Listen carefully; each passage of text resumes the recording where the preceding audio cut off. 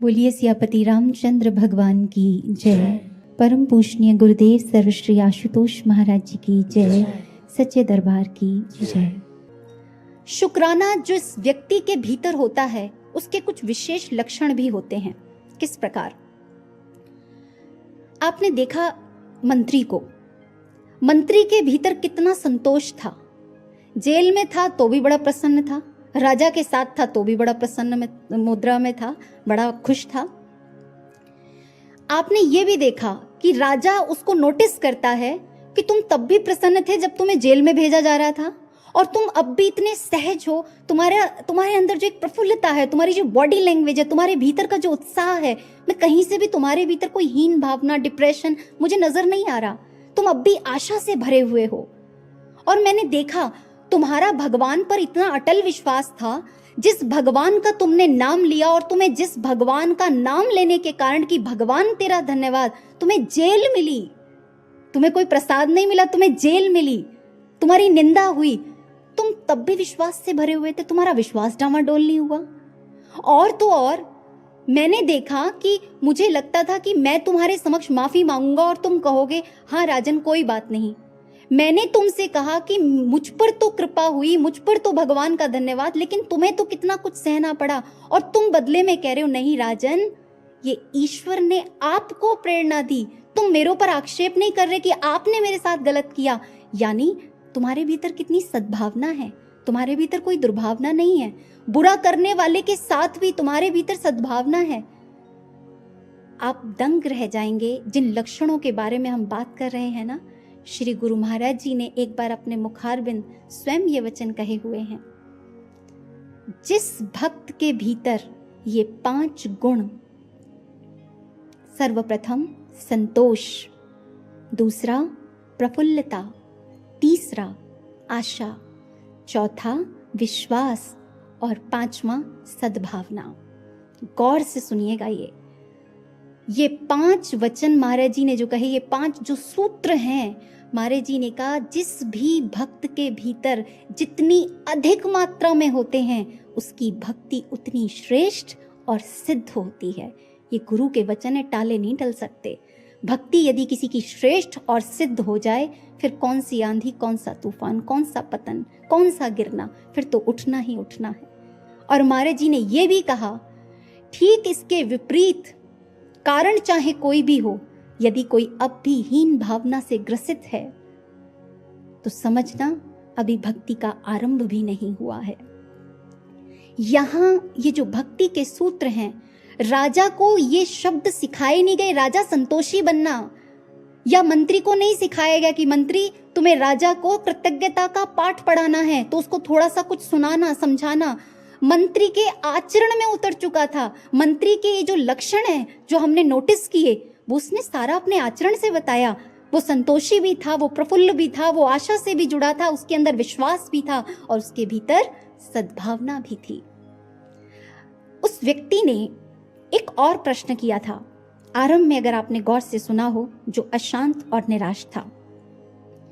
अगर अपने किसी नजदीकी की आकस्मिक मृत्यु हो जाए, ये जो मृत्यु की पीड़ा का दुख है, जो आपका कोई नजदीकी आपसे बिछड़ जाता है, कौन ऐसा संसार में होगा जो उस समय भी शुक्राना करे और भगवान का धन्यवाद करे?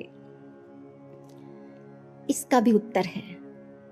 इतिहास में एक ऐसी घटना आती है, गुरु साहिबान आसन पर विराजमान है, संगत दर्शनों का लाभ उठा रही है।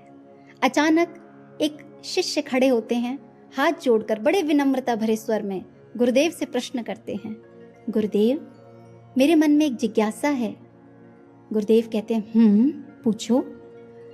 गुरुदेव मेरे मन में ये जिज्ञासा है कि क्या कोई आपका ऐसा भी शिष्य है जो सदैव आपकी रजा में रहता हो, जो हर हाल और हर परिस्थिति में आपका शुक्राना करता हो, जिसके मन में कभी कोई शिकायत ही ना उठती हो?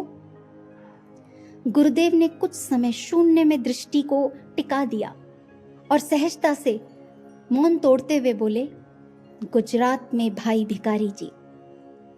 भाई भिकारी जी की कथा से आप सभी अवगत हैं, जिनके घर में उधर बेटे का विवाह था और दूसरी तरफ वो एक टाट बुनने में लगे हुए थे। गुरु दरबार से कुछ गुरु भाई भी आए हुए थे। उनको खूब मान सम्मान भी दिया, लेकिन वो भी अचंभित हो रहे थे, ये क्या हो रहा है। एक तरफ बेटे की शादी है, इतना खुशी का माहौल है, लेकिन ये व्यक्ति बिल्कुल सहज है और इस टाट को बुनने में लगा हुआ है।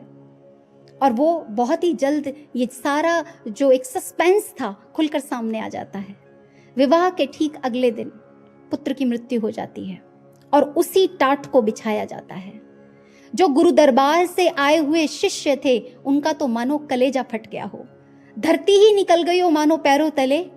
उन्होंने बस एक ही बात कही, भाई भिखारी जी, क्या आप जानते थे? और भिखारी जी ने कहा, मैं जानता था।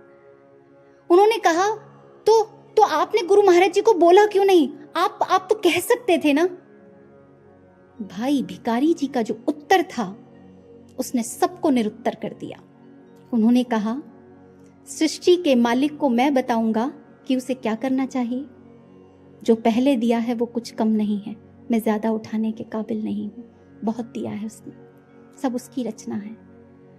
और जो वो सिख, वो जो शिष्य जो उसके पास आए थे गुरु की आज्ञा को पाकर कि जाइए, मेरा एक शिष्य गुजरात में है जो मेरी रजा में रहता है, शुक्राने में रहता है, जिसे कभी कोई शिकायत नहीं होती, आज वो गुरु के वचन सार्थक हो गए थे, क्योंकि प्रैक्टिकली वो चीजें सामने घटित हुई।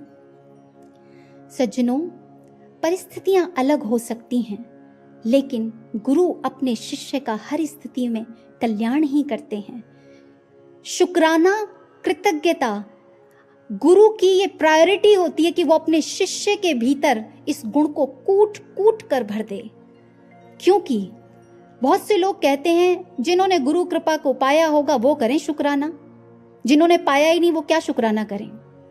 यू कांट से guru kripa is directly proportional to gratitude. आप ये नहीं कह सकते कि ये समानुपाती होते हैं। बताइए कौन सा ऐसा जीव है जिस पर गुरु की कृपा नहीं होती? हाँ, हम ये कह सकते हैं गुरु कृपा का एहसास समानुपाती होता है कृतज्ञता का। गहरी बात है, समझने की कोशिश कीजिएगा।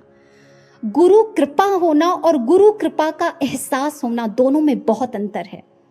कितने लोग हैं जिनके जीवन में इतनी कृपाएं हुई, महाराज जी ने कितना कुछ दिया, लेकिन कोई शुक्राना नहीं, कभी कोई एहसास नहीं कि महाराज जी ने कहां से कहां पहुंचा दिया, क्या थे और क्या बना दिया। लेकिन जिनके भीतर एहसास उत्पन्न हुआ, उन्होंने तो शुक्रानों की झड़ी लगा दी।